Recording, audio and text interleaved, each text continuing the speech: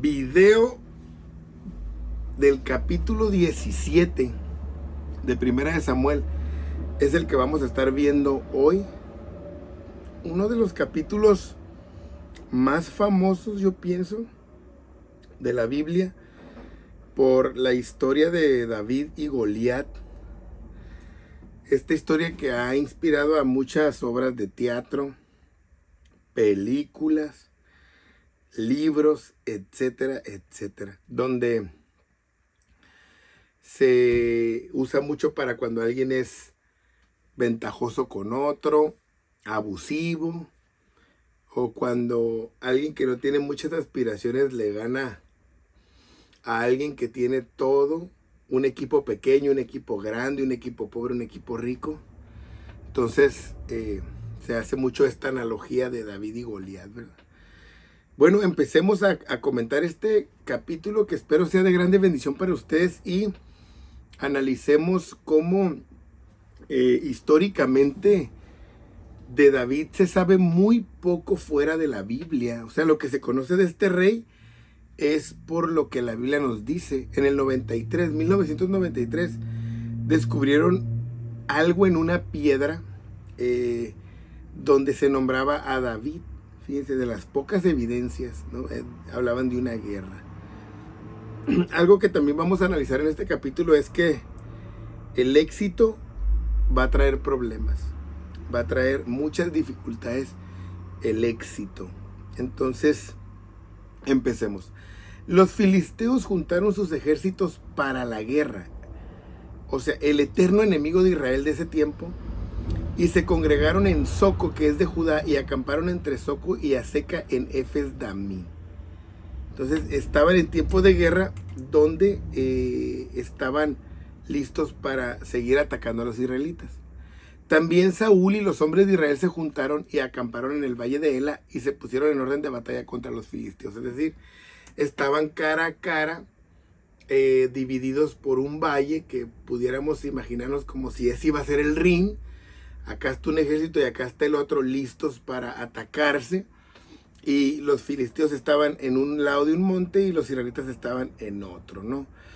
Entonces, del campamento de los filisteos salió un paladín. Un paladín es un hombre de guerra, distinguido, famoso por su fiereza, por sus conquistas, por sus 1000 batallas. Entonces le daban este nombre de paladín, el cual se llamaba Goliat, ¿no? Muy famoso para todos, que era altísimo, por ahí rondaba los casi 3 metros. Cuando habla de gigantes, o sea, no es gente desmedida de una manera sobrenatural, que sean de esos gigantes inalcanzables, sino que sobrepasaban el estándar de estatura de los demás, que eran muy altos, medidos con los otros, ¿no? Entonces, aparte de que era un impresionante hombre de casi 3 metros, que impresionaba a cualquiera seguramente por sus músculos, por su fiereza, por su rostro, o sea, ya de natural era impactante este enemigo, que pudiera verse cuerpo a cuerpo, cara a cara, como invencible, ¿no? O quizás había peleado con 2, 3 hombres juntos y de todos modos los había derrotado. Entonces él traía su récord, traía su historia.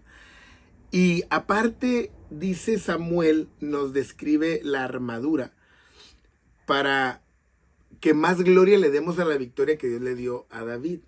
Entonces vemos un Samuel impresionado porque escribe y dice, traía un casco de bronce en su cabeza, o sea, impenetrable, y llevaba una cota de malla, y era del peso de la cota 5000 ciclos, o sea, no la podía cargar un hombre natural, y menos pelear. Sobre sus piernas traía grebas de bronce, o sea, sus piernas eran unas columnas poderosísimas, y jabalina de bronce entre sus hombros.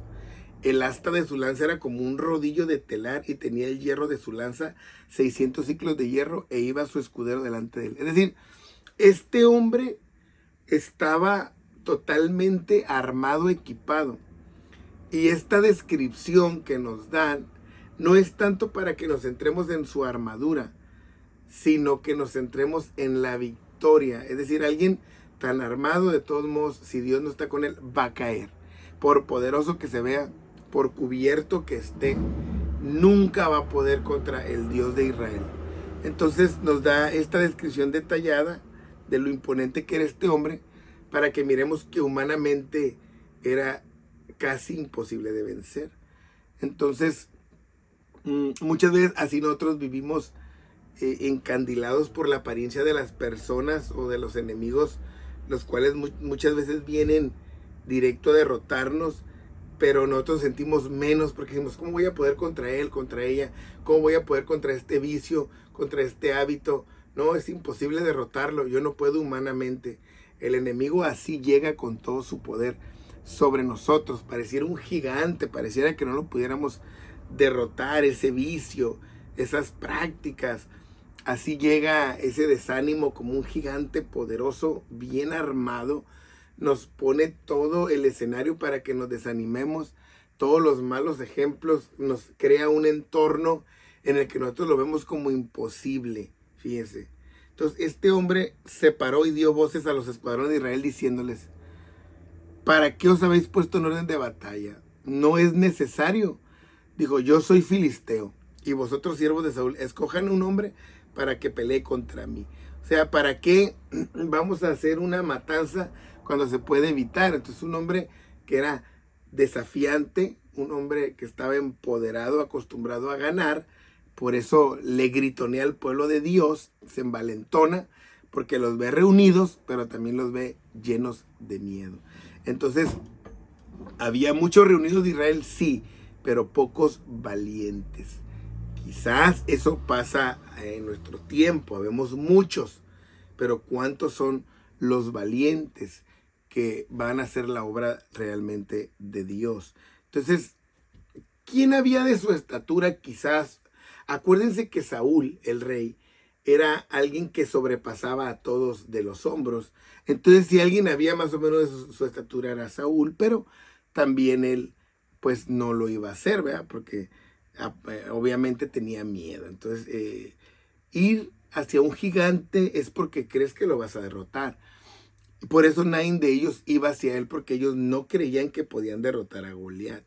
Entonces, estaban esperando a ver qué pasaba, porque ahí estaba el enemigo y ahí estaban ellos, cada quien tenía sus armas, pero nadie se atrevía a salir a la guerra. En este tiempo hay mucho cristianismo, pero realmente salir a la guerra, el hacer que la palabra de Dios sea vivida, predicada, enseñada, es muy difícil.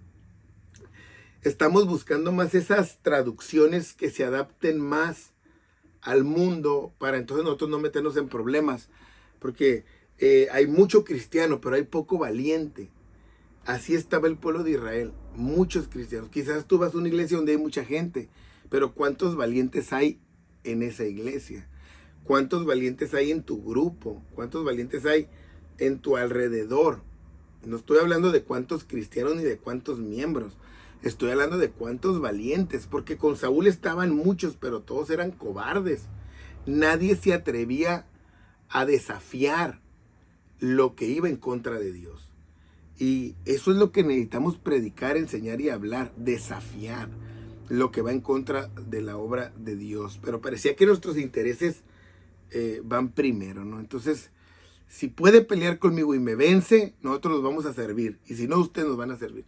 Era una gran mentira. Primero, Goliat estaba seguro que él no iba a perder. Y si perdían, jamás se iban a someter a los israelitas. Entonces, eso es lo que el mundo ofrece. Es una gran mentira. El mundo te dice, no, todo va a estar bien, acá te la vas a pasar bien con nosotros, y jijiji, jajaja, la vida es una, es tu cuerpo, úsalo como tú quieras. Es una gran mentira. El mundo te va a someter a ti, te va a derrotar, el mundo se va a robar tu salvación. Y este filisteo les dijo, hoy he desafiado el campamento de Israel, denme un hombre que pelee conmigo. Entonces todo Israel, incluyendo el rey, tuvo miedo de enfrentar a este valiente. Repito, hay muchos donde tú estás, pero ¿cuántos son valientes? Y David era hijo de aquel hombre efrateo de Belén de Judá. Aquí entra en escena David, cuyo nombre era Isaí, el cual tenía 8 hijos. Y en el tiempo de Saúl este hombre ya era viejo y de gran edad, ¿no? Entonces, y los 3 hijos mayores de Isaí habían ido para seguir a Saúl a la guerra, es decir, eran soldados. Y los hombres de sus 3 hijos que habían ido a la guerra era Eliab, Abinadab y Sama. Y David era el menor. Siguieron pues los 3 a Saúl para pelear, mientras que David estaba pastoreando ovejas. Aunque había sido ungido, estaba en su trabajo habitual. Entonces este filisteo venía de mañana y por la tarde, y así lo hizo durante 40 días. Y no había respuesta ante las amenazas de este gigante. O sea, 40 días él ya se había dado el lujo de derrotarlos, porque estos no se animaban. Y este se pavoneaba contra ellos y disfrutaba. El enemigo, cada día que te tiene hipnotizado, detenido, dañado, frustrado, se goza porque es un día más que te venció. Mientras tú sigas odiando a tu hermano, él un día más te venció. Mientras tú no perdones, un día más te venció. Entre tú no te pongas a la orden o a la disposición para dar fruto, para atender algo en tu congregación, él cada día es un Goliat que sale cada día, te amenaza y tú no haces algo. Ahí Goliat hacía 40 días que los tenía intimidados. ¿Cuánto tiempo hará que el enemigo así te tiene? No, tú no des clases, no, tú no prediques la palabra de Dios, no, tú no hables la revelación, no, tú no hables los sueños, no, tú no eres nadie, no, tú esto y lo otro. ¿Cuánto tiempo te tiene Goliat atemorizado? Y tú eres del pueblo de los vencedores, él no. Entonces ellos estaban así. Y dijo Isaí a David: toma cosas, llévale a tus hermanos y llévale a los jefes de tus hermanos para que ellos tengan un refrigerio. Entonces David, que había sido ungido y que hacía su trabajo habitual, fue con sus hermanos y les llevó cosas y a sus jefes para congraciarse con ellos, ¿no? Entonces Saúl y ellos estaban en el valle peleando contra los filisteos o intentando pelear contra ellos, y se levantó pues David de mañana y fue y les llevó lo que su papá les había dicho. Entonces precisamente llega cuando este Goliat sale a hablarles a los del pueblo de Israel. O sea, no se imaginaba David que ese día iba a ser impactante para él.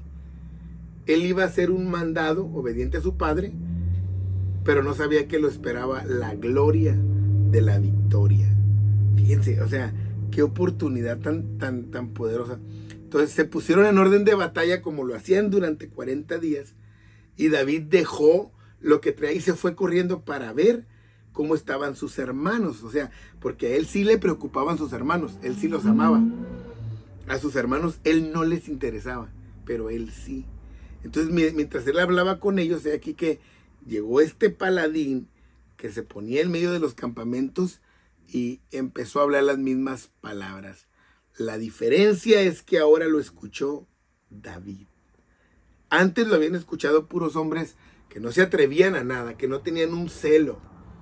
Ahora el problema de esos arrogantes es cuando los oye un valiente, cuando los oye alguien consagrado a Dios. Ese es el problema para el enemigo, cuando se topa con alguien que sí honra a Dios, no alguien que se cree, alguien que aparenta, no, cuando se topa alguien que honra a Dios. Entonces todos los de Israel huían por el gran temor, estaban atemorizados. Y cada uno de Israel decían: ¿no habéis visto aquel hombre que ha salido? O sea, siempre magnificando más de lo que era para poder justificar su miedo, su pavor. Dice, él se adelanta para provocar a Israel, y el que lo venciere, el rey lo va a hacer rico, grandes riquezas, le va a dar a su hija y lo va a eximir de pagar tributos al rey. O sea, fíjense estas promesas, porque ya Saúl había tratado de motivarlos. Hey, ¿qué onda? Nadie quiere pelear por su amor a la camiseta, al equipo. Bueno, entonces los voy a hacer ricos. Muy rico el que pelee, nadie. Le voy a dar a mi hija el que pelee, nadie. Por bonita que estuviera, era más grande el miedo. No, ya no va a pagar tributos nunca, nadie. Grandes riquezas había para el que derrotara al gigante, pero el miedo era más grande que la emoción de las promesas. Ahora, quiero decir algo. Cristo ya pagó por nosotros en la cruz del Calvario. los que salgamos vencedores de todos los gigantes que se quieren robar nuestra salvación, nuestro ministerio, nuestro don, nuestro llamamiento, vamos a recibir grandes riquezas. Vamos a ser parte del linaje de Dios. Y Él ya pagó por nosotros en la cruz del Calvario. O sea, era muy similar lo que ofrecían estos reyes. Por eso Cristo como rey ofrece la vida eterna, las riquezas de su gloria, las riquezas de vivir con Él, las promesas, esa hermosura de estar con Él y ser salvos. Entonces, para que podamos hacer una analogía de lo que es vencer estos gigantes que en nuestro tiempo nos llegan, hay que vencerlos, porque va a haber riqueza, nuestra familia va a ser feliz, nuestro matrimonio, nuestros hijos, qué mayor riqueza. Vamos a vivir con una esperanza, con una promesa de que Él va a venir por nosotros. Vamos a ser parte de su linaje, porque Él derramó su sangre y nosotros la aceptamos. Ya no vamos a pagar más tributo, porque Él lo pagó en la cruz del Calvario, a todo aquel que cree en Él. Entonces hay gran riqueza en vencer. No solamente se trata de que venciste o no venciste, hay una gran riqueza. Entonces cuando oye David esto, habla, dice, ¿qué le van a dar al que quite este oprobio de Israel? Es una vergüenza. Porque ¿quién es este incircunciso para que provoque a los escuadrones del Dios viviente? Y el pueblo le respondió las mismas palabras. Entonces David se interesó en escuchar lo que le iban a dar. Qué bueno sería que nuestros amigos que todavía no aceptan a Cristo se interesaran en escuchar las promesas que Dios tiene para ellos. Qué maravilloso sería. A ver, que pusieran atención y dijeran, a ver, ¿cómo está la onda? Si yo le sirvo a Dios, ¿qué va a pasar? ¿Qué va a pasar con mis hijos? ¿Qué va a pasar con mi familia? ¿Qué va a pasar con mi matrimonio? Y se imaginan si escucharan, si se interesaran. David se interesó. Y es algo que nosotros debemos de hacer, vivir interesados en lo que Dios nos ha prometido. Y oyendo hablar su hermano mayor con aquellos hombres, se enojó contra David. Porque obviamente estaba muy al pendiente de lo que David fuera a hacer, porque él ya sabía que había sido ungido para algo especial. Entonces, quizás no lo toleraba porque conocía las victorias de David. Entonces lo acusó de intrometido. Vivió algo semejante a lo que vivió José David. Sus hermanos lo depreciaron. Entonces, siempre va a haber esta guerra entre lo carnal y lo espiritual. Los carnales no soportan a los que Dios ha elegido y van a hacer todo para que no lo logren. Es decir, este hermano mayor de David no soportaba que él contara con la aprobación de Dios, por eso lo había ungido Samuel. No lo soportaban. Y porque nadie está dispuesto, hermanos, a ser expuestos. A nadie nos gusta que alguien haga algo y se note lo que nosotros no hicimos. Entonces, si tú eres un hombre o una mujer que tienes valor y disponibilidad, pues vas a molestar a los que no la tengan. Si tú tienes más visión, si tú tienes más éxito, si tú tienes más planes, los que están alrededor se van a molestar. Inclusive ni siquiera te van a invitar a trabajar con ellos porque no están dispuestos a compartir su gloria. Eso a mí, yo lo he vivido muchas veces. Que la gente es arrogante, es egoísta y prefiere que no estés con tal de que no se note lo que no hay. Entonces David respondió, ¿qué he hecho yo ahora en esto? Si yo nomás estoy hablando como loco, ¿no? Y apartándose de él, hacía a otros y les preguntaba a todos porque quería estar seguro. O sea, con su hermano no alegó, le dijo, no, yo nomás ando preguntando, o sea, yo ni siquiera traigo uniforme, yo ni siquiera traigo armas, yo solamente estoy preguntando, tómalo así, ¿no? Pero David sabía que algo Dios lo estaba incitando a hacer. Pero no había necesidad de ponerse a alegar. Tú tampoco alegues con esa gente que no quiere contar contigo, que no quiere ser parte de tu éxito, que no te da crédito. Tú no alegues. Dios a ti te va a dar tu lugar. Vean qué importante ha sido este video, porque es una reflexión a todo lo que de repente tenemos los enemigos, ¿no? Aún a veces hasta los mismos líderes que están queriendo opacar, oprimir las cosas que Dios hace por medio de nosotros, pero Dios está con nosotros, ¿no? Fueron oídas las palabras de David que había dicho, ¿quién es este incircunciso? Nadie se había atrevido a hablarle así a Goliat, no, o a opinar de él, y le dijeron a Saúl. Entonces Saúl dijo, a ver, háganme venir a ese. Le decían, yo imagino, aquí hay un hombre que no tiene miedo, un hombre que va a hablar lo que es, un hombre que tiene carácter, un hombre que sabe lo que está diciendo. Entonces le dijo David a Saúl, no desmaye el corazón de ninguno a causa de él. Vea esto. O sea, llega David y le dice, este compa, que no te preocupe. Ya olvídate de él. tu siervo irá y peleará contra este filisteo. Ya no te preocupes de eso. Fíjense que me gusta a mí mucho trabajar con esos líderes que te dicen, ok, esta es mi responsabilidad, no se preocupe, yo lo voy a hacer. Y que tú ves el trabajo realizado por medio de esos hermanos. Y de esa manera es una manera en la que yo trabajo. O sea, si me ponen de encargado de algo o si me ponen una responsabilidad, yo soy ese tipo de personas que digo que ya olvídense de eso, yo lo voy a hacer, yo lo voy a sacar adelante. Dios me va a ayudar. Y David era así. Y esa gente es una bendición porque a veces tú delegas y ahí tienes que estar como uno mismo haciéndolo, pues. Siendo que ya lo delegaste. No quiero decir que uno se va a olvidar, pero a veces uno tiene que hacer como si no hubiera nadie ahí. Es una tristeza esos liderazgos. Dijo Saúl a David, no podrás tú ir contra aquel filisteo para pelear con él porque tú eres un muchacho y él es un hombre de guerra. O sea, es un hombre experimentado. Él no. Pero ¿cuántas veces hemos despreciado la juventud de los jóvenes? ¿Cuántas veces los hemos demeritado? ¿Cuántas veces hemos ido como Saúl, nosotros como pastores y líderes, decir, no, es que está muy joven, no, es que es un adolescente? Porque nosotros no hemos tenido visión con ellos. Cuando ellos ya estuvieran ganando victorias en su juventud, ya tienen que haber despedazado el hocico de leones y de osos en su vida para poder estar listos para lo que sigue. Pero nosotros no hemos tenido visión. Los hemos dejado muy atrás, les hemos quedado muy chicos.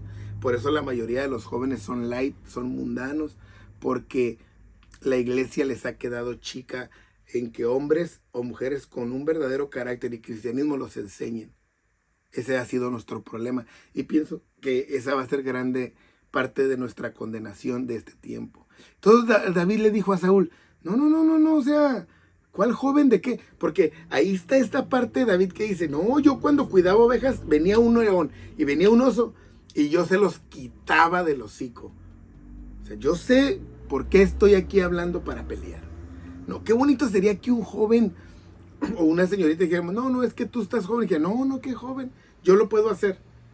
Yo tengo la experiencia, la motivación, la preparación y las ganas. Dígame qué hay que hacer. Y que tomaran responsabilidades poderosas, ¿no? Entonces dice, yo salía tras él y lo hería y lo libraba de su boca. Me gusta esto. Y si se levantaba contra mí, yo le echaba mano de la quijada y lo mataba. O sea, David no era un hombre despiadado, no era un hombre malo. Pero decía, yo se los quitaba, pero si ellos se ponían mal, entonces los mataba. A mí eso me impresiona de él. Fuese león, fuese oso, lo que sea yo lo mataba. Ahora, con este incircunciso va a pasar lo mismo. Relata sus hazañas porque ella tiene una mentalidad ganadora. Ella tiene una mentalidad poderosa. Él ya sabía lo que era luchar cara a cara, cuerpo a cuerpo, y sabía lo que podía hacer. Entonces añadió David, Jehová me ha librado de las garras de todos ellos, y me va a librar de este. Y dijo Saúl a David, ve, y Jehová esté contigo. O sea, un hombre que reconoce que este muchacho trae todo el respaldo de Dios, y que sabe que aunque naturalmente tiene desventajas, pero está convencido como lo oye hablar. Esos jóvenes necesitamos. La obra de Dios necesita esos jóvenes. No jóvenes que cada rato se derrotan. Ay, otra vez forniqué. Ay, otra vez tomé. Ay, otra vez esto. Los dejan las muchachas y ya no sirven para nada. Los deja un muchacho y ya no sirven para nada. Si quieren hasta suicidar. Jóvenes preparados para la guerra. Eso necesita la iglesia apostólica. No estrellitas. No galanes. No pasarelitas de moda. No, eso no. Necesita jóvenes que sepan hacer guerra. Entonces Saúl vistió con sus ropas, en su cabeza, le puso su coraza, le puso todo lo que necesitaba, pero David no sabía andar con aquella armadura porque él no era un soldado. Entonces, históricamente dicen que los reyes que vestían o prestaban sus armas era porque era parte de la victoria. O sea, ellos iban a decir, ganó, pero ¿con qué espada? Ganó, pero ¿con qué armadura? O sea, siempre se iban a dar un crédito. Entonces, cuando David dice que no, muchos interpretan que porque él dijo, yo no le voy a dar crédito a él y la gloria va a ser para Dios. Entonces, así como soy. Entonces tomó su cayado en su mano, escogió 5 piedras lisas del arroyo. Muchos dicen que le interpretan mucho las 5 piedras, ¿no? Y dicen que porque Goliat tenía otros hermanos y eso. Pues pueden ser muchas cosas que no son importantes, pero porque no deja de ser una deducción. El asunto es que él agarró 5 piedras y tomó su onda en su mano y se fue hacia el filisteo. Porque eran las herramientas con las que él sabía pelear, sabía con lo que él sabía luchar, con lo que se podía defender. Entonces todos eran testigos de lo que para ellos era un suicidio de David, ¿no?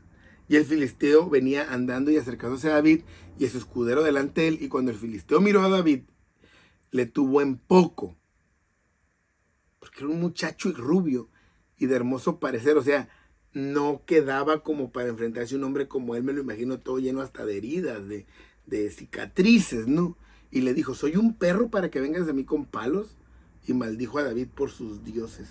Y dijo luego el filisteo a David: ven a mí y daré tu carne a las aves del cielo y a las bestias del campo. O sea, Goliat profetizó sobre David. El asunto es que su profecía no estaba respaldada por ningún dios. Él venía a hacer pedazos a David, así como el enemigo viene a hacernos pedazos a nosotros. Fíjense. Entonces, tenemos que tener mucho cuidado, porque a veces esas vanas profecías sin respaldo sí hacen en nosotros un efecto. Y le ponemos oído. Tú vas a ser un inservible y tú, sí, cierto. Tú no vas a lograr nada, eres un mediocre. Oh, sí. Son profecías sin respaldo, las que te digan que tú no vales, que tú no sirves, que tú no eres. Esas son profecías sin respaldo. Tú créeles a las de Dios. Entonces David le contestó de una manera épica, como tú y yo le tenemos que contestar a esas cosas que lanzan sobre nosotros. Tú vienes a mí con espada y lanza y jabalina, pero yo vengo a ti en el nombre de Jehová de los ejércitos. Él es el Dios de los escuadrones de Israel, a quien tú has provocado. Vengo en el nombre, en lo que representa todo ese nombre. Entonces, realmente la guerra, si la medimos entre David y Goliat, pues no, Goliat era más. Pero David no la mide así. David la mide entre Goliat y Dios. Se está diciendo, tú estás peleando contra él. Tú lo provocaste a él, no a mí. Entonces conmigo eres más, pero contra él no eres nadie. Y hay una buena fórmula para medir las cosas. El problema que viene, si yo lo tomo hacia mí, el ataque del enemigo, todo hacia mí, una afrenta hacia mí, una guerra hacia mí, yo voy a perder, yo no soy nadie. Pero si yo la canalizo en esa fórmula, que lo que quiere hacer a mí es porque se lo quiere hacer a él, entonces entenderemos que no tiene éxito el enemigo. Jehová te va a entregar hoy en mi mano. Yo te voy a vencer, te voy a cortar la cabeza y tu cuerpo se lo voy a dar a las aves de los cielos. Y toda tierra sabrá que hay Dios en Israel. O sea, le estaba profetizando, le estaba hablando con una seguridad lo que iba a pasar con él. Qué bonito sería que así le habláramos a nuestros enemigos. No más, no me vas a volver a derrotar. Ya me robaste muchas cosas. Hoy Dios me dio la victoria. Y cuando me llegue esta situación la voy a derrotar así, así, así. Qué bonito sería que lo pudiéramos hablar así. Que dijéramos, y toda esta congregación sabrá el milagro que Dios hizo en mi vida. Que Dios nos salva con espada y lanza, porque de Jehová es la batalla. Él lo va a entregar en mis manos. Entonces levantó el filisteo para ir contra David. Empezó la guerra. David metió su mano en la bolsa, tomó de ahí una piedra y la tiró con la honda y le dio en la frente y cayó sobre su rostro. Entonces David pues era diestro en usar su honda. Era lo que necesitaba. Un solo tiro y lo derrotó.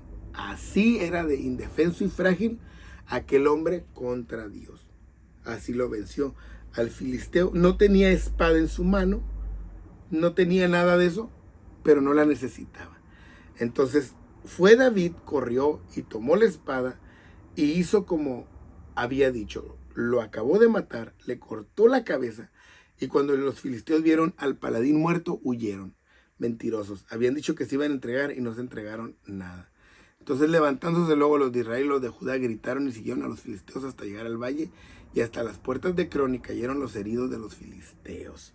Entonces los de Israel se envalentonan cuando ven la victoria y empiezan a perseguir a los demás. Y David tomó la cabeza del filisteo, la trajo a Jerusalén, pero las armas de él las puso en su tienda. Entonces la cabeza era una ofrenda dedicada a Dios. Y cuando vio Saúl a David, que salía a encontrarse con el filisteo, dijo a Abner: ¿de quién es hijo este joven, no? Y vive tu alma, oh rey, que no lo sé, le dijo. Y el rey dijo: pregunta de quién es hijo este joven, porque ahora ya iba a ser parte de su linaje, porque él había prometido darle una hija. Entonces, cuando cierro este capítulo, que espero sea de grande bendición en esta reflexión, y cuando David volvió de matar al filisteo, Abner lo tomó y lo llevó delante de Saúl, teniendo David la cabeza del filisteo en su mano. Y le dijo Saúl: muchacho, ¿de quién eres hijo? Y David respondió: yo soy hijo de tu siervo Isaí de Belén.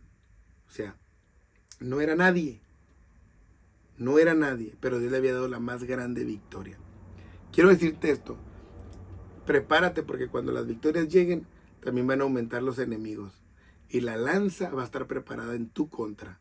Pero tú no vas con lanza ni con jabalina. Tú vas en el nombre de Jehová de los ejércitos. De Él es la batalla. Bendiciones. Comparte este video. Suscríbete. En los 1000 suscriptores voy a regalar una Biblia de estudios. Bendiciones. Ánimo.